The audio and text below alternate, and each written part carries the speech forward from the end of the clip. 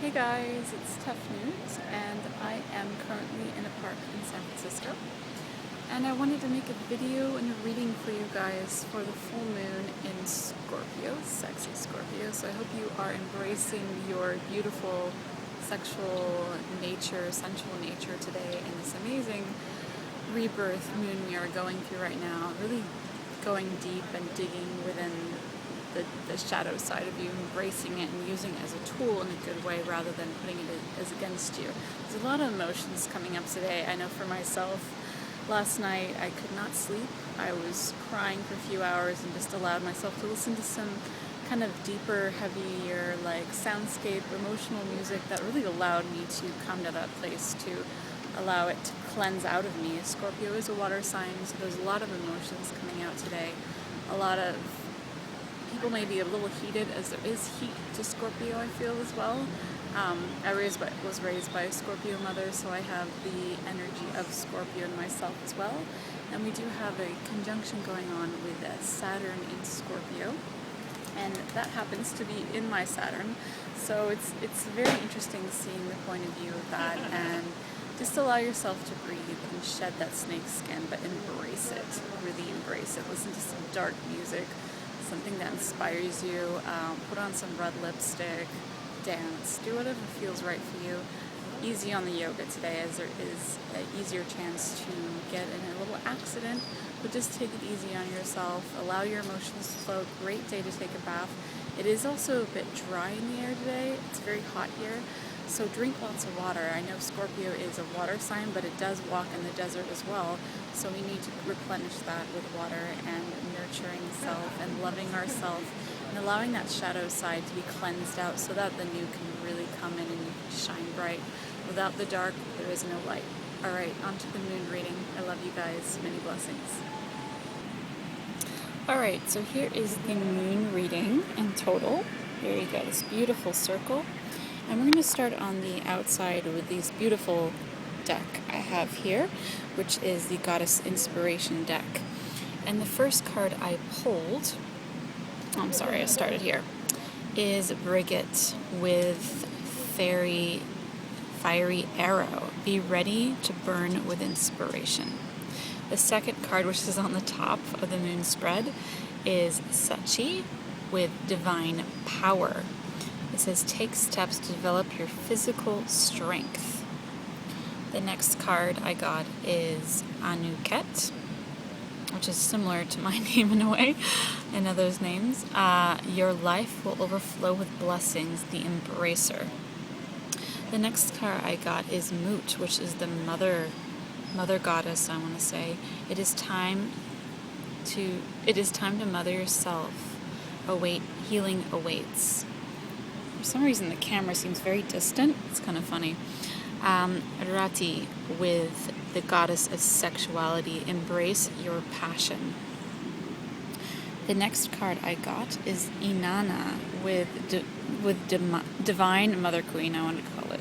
Moon Queen. If you descend into darkness, you will emerge unscratched. Then the next card is Pel, which is the fire goddess of fire. Empowered by anger. It's an interesting card. The next card we got here is Bechta with the goddess of destiny. And on the bottom it says, the seeds of the future already lie within you. Find serenity as it unfolds. And the cards in the middle, which are Lenormand cards. I don't know why this camera seems very distant. I must have put it on some kind of different setting. Are the Lenormand deck. It's a really beautiful deck from Portland, Oregon. And the first card I pulled is number 20 with Garden. Then we got Fox with number 14, which today is the 14th. So it's very interesting. It's an interesting card. And the next one after that we got is 21 with Mountain. I pulled 2 more cards, and the fourth card I got is 32 with Moon. And it's interesting because you have like a moon, a new moon, but then also the full moon if you see the shadow part of it. And the card above is Heart with 24. I'm seeing a lot of 2s here, so if you have a 2's birthday or a number 2, any 2 you keep seeing, it does symbolize partnership and connection. This is a very interesting reading regarding that, I feel, for you, if you are drawn to that. So what I want to start with here is the card here, Brigit, is be ready to burn with inspiration. Today I feel like there's some darker inspirations coming through with the full moon in Scorpio. Having that strength and having the core reminds me of the bamboo spirit that I'm working on, finding that core of connection, protection, and then allowing that inspiration to flow out to the world, but in a very protected way. So be protected, but know that you're growing. So this growth is very important right now. Shed that last snake skin, shed that last bark, so to say, to open up to that divine energy. And the card over here, it says divine power. Take steps towards developing your physical strength. So something with physical strength is connected to this full moon. Having the physical strength to move on from the next chapter in your life, shedding the rest that needs to be shed, and allowing to embrace that as a art project, a physical project, going to the gym in the next few days, really feeling that out for yourself. And the next card we got, the wind is coming in, is Anuket. It reminds me of the name Anouk, actually. It's a very symbolic name for me. And it's the embracer. So embrace your journey. There's this beautiful flowing river right here. And it's taking you on a path and on a journey. And we are in the water, the deep waters of Scorpio right now, within the moon. And Taurus as well is very passionate and earthy and sensual. Your life will overflow with blessings. So know that whatever way you're going right now as mates might be a little confusing. It will be more clear very soon once this full moon passes, I feel. Allow yourself to be embraced and have the blessings come to you, and the right blessings at the right time will come to you when it's meant to be. Just trusting that, having trust and faith. And it's really important to mother yourself right now. This could also be a mothering relationship involving this time. And it says it's time to mother yourself, healing awaits. So really maybe waving something goodbye, but always looking forward with the mothering and nurturing energy as you move forward, if that makes sense.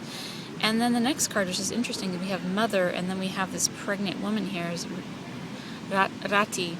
And it says embrace your passion. So we have embracer, we have mother. So motherly embrace and sexual embrace, the goddess of sexuality, really embracing your passions. Possibly it's also a great time to conceive a child currently, if that's what you wished to do on your journey right now. Also great to give birth to new ideas. As much as it is a full moon, we will be approaching a new moon in about 2 weeks' time. So really cultivating that and letting it be born around the next 2 weeks or so. I'm feeling it's a great time. The next card we got is Inanna in the Queen Moon, Mother Queen Moon, I'm going to say. If you descend into darkness, you can emerge unscratched. So it's like being born. We're being born from the womb and coming out into this beautiful channel from the darkness to the light. It's almost like we're being reborn. Some of us will be born at this time, some of us will conceive, and others of us will just descend, will go into this dark phase today, in the next 2 days or so, 3 days, and then we will be born into light. And that's really what this is all about, allowing yourself to shine that light, connecting with star energies and other planets, as well as galaxies and other terrestrial beings, if that's what you're called to do. The next card is Pele. Be empowered by anger, the goddess of fire. So really being empowered by passions and moving forward, shedding our snake skin, having this Scorpio energy, being reborn, having this so-to-soul death, but also being born from that death. And here we're celebrating and joy by the fire within us that has stirred some emotions up, has stirred up some things, and being creative with that fiery, passionate energy. Really, really wonderful. And we are going to be the moon will be going into Sagittarius tomorrow. So this will be great for being inspired, anything creatively, dancing, just having that power, transforming anger into passion. That's what I really feel. The next card is Bechta, and it says, the seeds of your future already lie within you. Find serenity as it unfolds. So really allowing yourself to relax into what is coming, into what is unfolding. And this is the goddess of destiny. So you're leading, you're going your way, and everyone else is coming along with you. You just need to trust that some things need to be let go and shed.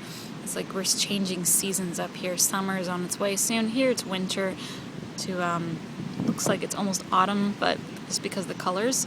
So it's like going between two worlds, allowing ourselves to connect to that inner self, seeing the seeds that need more nurturing, more mothering, more caring, and those projects will be on their way and their flow within the next 2 weeks, coming from the ending at the full moon and going into the new moon, which is all about new beginnings.